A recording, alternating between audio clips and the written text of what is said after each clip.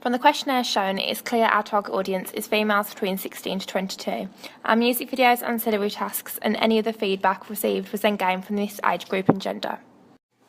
We then asked 50 members of our target audience who are between the ages of 16 and 22 to fill out a mise-en-scène survey where they had to choose appropriate locations, props and costumes for an indie pop genre song.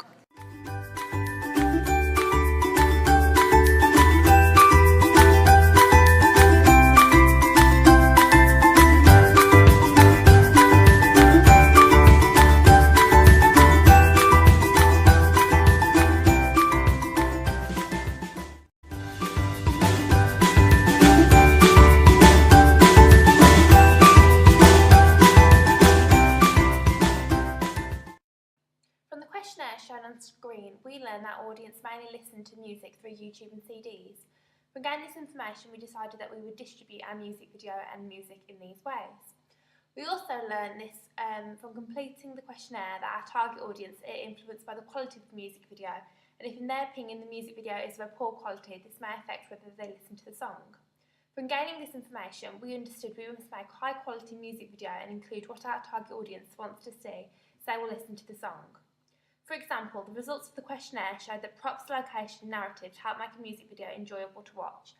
Therefore, we concentrated on these elements to make our music video as entertaining as possible for our target audience. From the questionnaires, we also learned our target audience wanted us to film our music video in a party scene and in a field, as they believed they would be appropriate locations for an indie pop video, and this would support our genre and encourage our target audience to watch the video.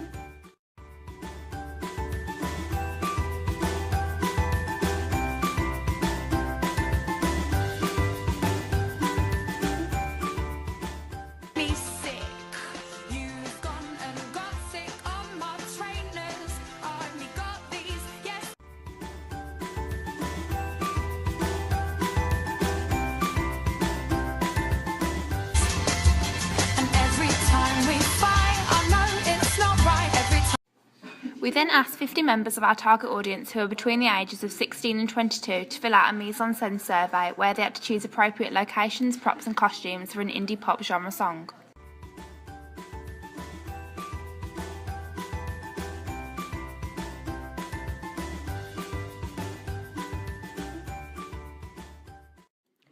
From the mise-en-scène survey, we learned that our audience believed the most appropriate locations for our indie pop song would be a field and garden night scene.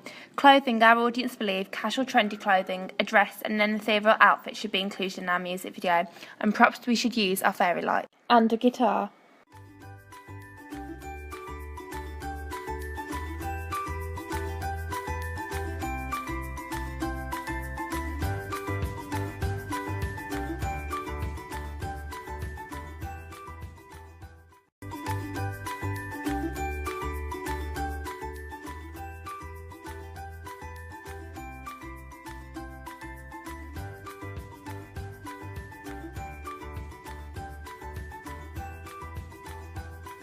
Stage in our planning task was to complete a treatment. A treatment is an overall plan of the music video and it is broken down into verses and choruses. This allows you to plan what will happen in each stage and a sense of development and understanding is achieved. We then allowed our target audience to read our treatments and give feedback to our draft. We found this really beneficial and as it enabled us to improve our treatment and make it what our target audience wanted to see and fulfil more conventions.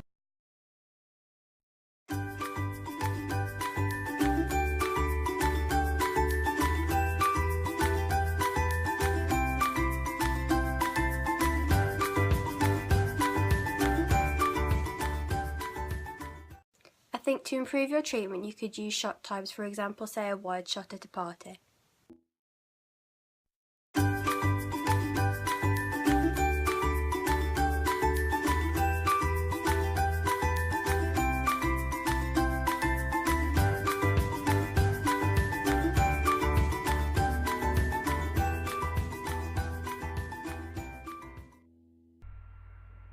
From gaining the feedback from the draft of our treatment and then making an improved treatment based on our feedback shows how I had made use of the improvements which I received so my music video would fulfil my target audience's needs. I found gaining the feedback really beneficial as it enabled me to make the best possible treatment, which then had a positive effect on my music video final product. We then decided we would present a pitch to our target audience. In our pitch, we gave an overview of the music video and the song and genre which we had chose, conventions which we aimed to meet, the brand image which we targeted towards, and elements of mise-en-scène. After we had delivered our first pitch to our target audience, we then asked whether they had any feedback. With the feedback we then received, we made a new pitch which enabled us to fulfill our target audience's needs and wants of the music video and make the genre even clearer.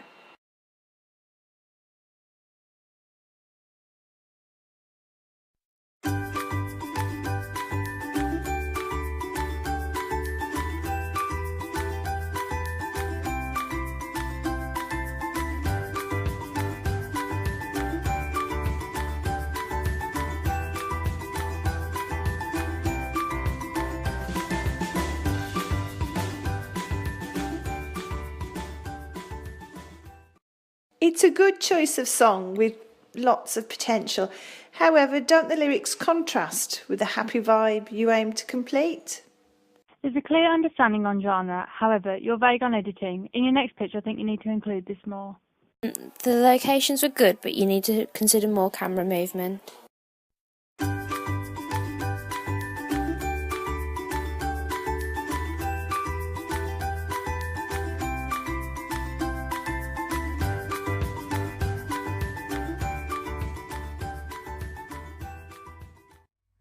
For our main media projects, we then had to think of a name for our artist. The artist name had to be of the indie pop genre and support our brand image. We wrote a list of potential artist names and then gave the list to our target audience. This then enabled them to have a say in what they believe our artist should be called, as they are the people we are aiming our artist towards. Therefore, their decision is vital in making the correct choice.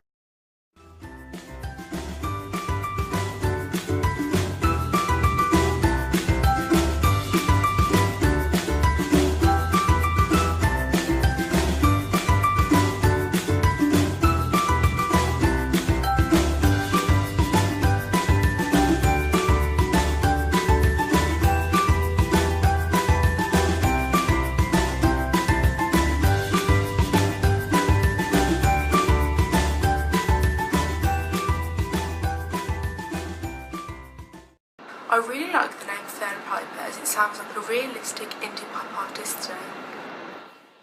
From all the positive feedback we received from the artist name Fern Piper, we decided this would be our final choice. I then had to create designs for our digipack. The digipack was a really important piece of our A2 media coursework, as it was one of our final productions. Therefore, I wanted to make sure our target audience had an influence in the making of the digipack and that they liked the design. Therefore, me and my team member in total made 4 digipacks. We then allowed our target audience to give us feedback on the digipacks. From the feedback which we received, we then made our final digipack.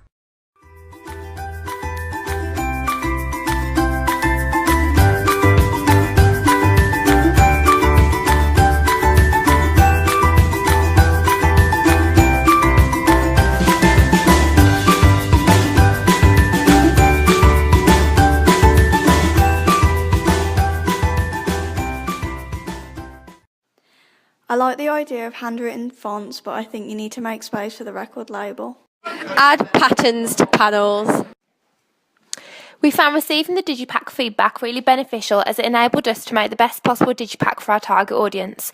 We decided to keep the handwritten fonts idea as we believed it was an indie pop convention and our target audience liked it. We then adapted Chloe's feedback and applied space for the record label as this was really important convention to include. We also took Libby's advice and added patterns to panels.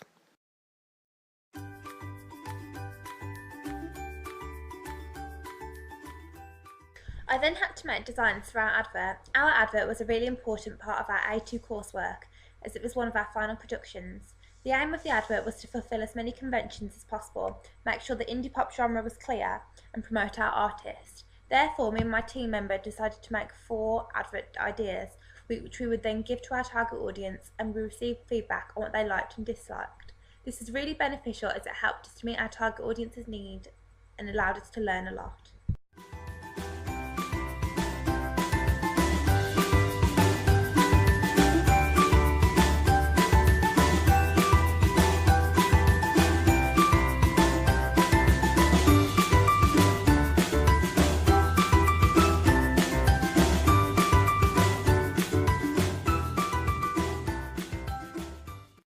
I think you should add sepia effects. I like the idea of Infinity by Fern Piper. I like the use of close-ups. We found receiving the advert feedback really beneficial as it enabled us to target our advert towards our target audience. From the feedback we learned, our audience liked the idea of Affinity by Fern Piper. They liked the use of close-ups, however they believed we should add sepia effects to the images to make it less pop and more indie pop, and we agree with this feedback. However, in our final production of our advert we decided to go against the idea of a close-up of our artist, as we believed the long shot looked a lot better. We told our target audience about the change we decided to make and they agreed to look professional. Here is a Facebook page I made of our artist Fern Piper and the final 3 media products. By making this page it allowed members of my target audience to like and comment with feedback. Overall our feedback was really positive and confirmed to me the importance of audience feedback, as without their input I would not have been able to make such successful products.